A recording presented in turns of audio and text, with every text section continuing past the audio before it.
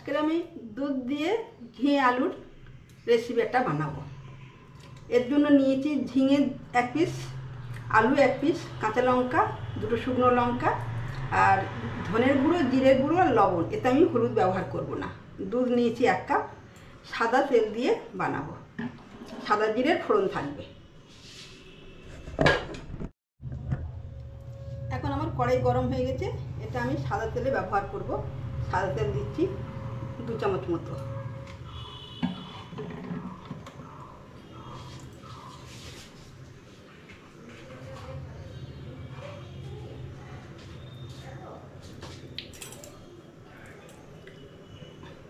আন্দাজ মতো অল্প একটু জিরে ফোড়ন দিয়ে দিলাম।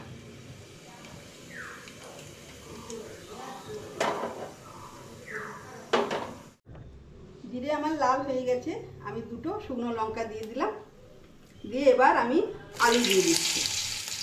লঙ্কাটা বেশি লাল হবে না, কালো হয়ে পুড়ে গেলে একটা গন্ধ হবে, সেই জন্য বেশি লাল করা যাবে না। আলু দিয়ে দিলাম, আলুটাকে একটু ভাজা ভাজা করে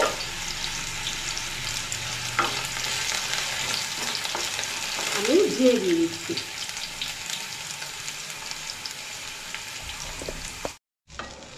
ভাজা হয়ে গেছে, হালকা হালকা ভাজা। আমি লঙ্কা 3টে দিয়ে দিলাম।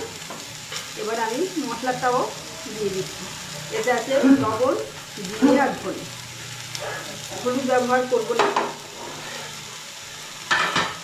যেহেতু আমি দুধ দিয়ে করব সেই জন্য এটা হলুদ ব্যবহার করব না। ভাজাও আমার হয়েছে।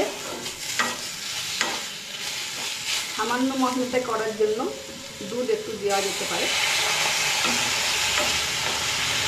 এতে মশলাটা ভালো মাখা মাখা হবে আর কি।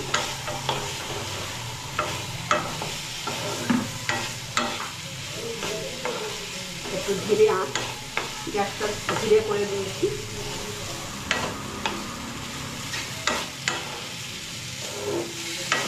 এটা পুরো দুধ দিয়েই সিদ্ধ হবে।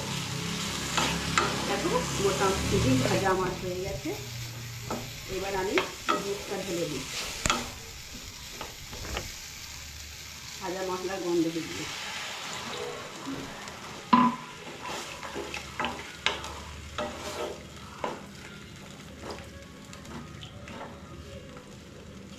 ব্যাস, এরকম গ্যাসটাকে কমিয়ে দিলাম।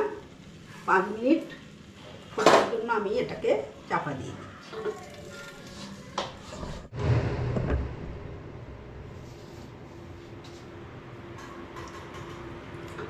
10 মিনিট পরে খুলে দেখলাম, সবজি আমার পুরো রেডি। ঝোল, দুধ দিয়ে ঝিঙে। আমি এবার সামান্য একটু মিষ্টি দিয়ে দিচ্ছি। নিরামিষ রান্না তো, দুধের প্রিপারেশান, তাই সামান্য মিষ্টি যে যেমনভাবে খেতে চাও, আমার সামান্য দিলাম।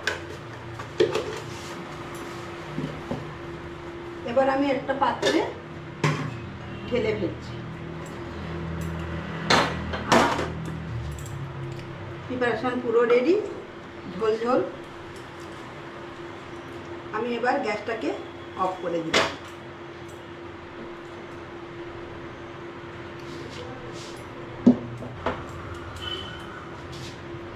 এই আমার ঝোল রেডি। গরম ভাতে বা এই রুটি দিয়েও খেতে ভালো লাগবে।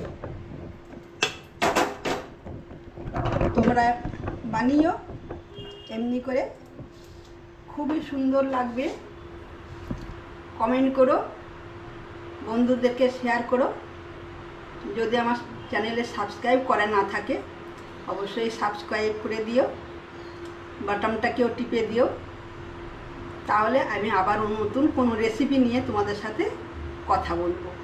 সম্পূর্ণ ভিডিওটা দেখার জন্য ধন্যবাদ।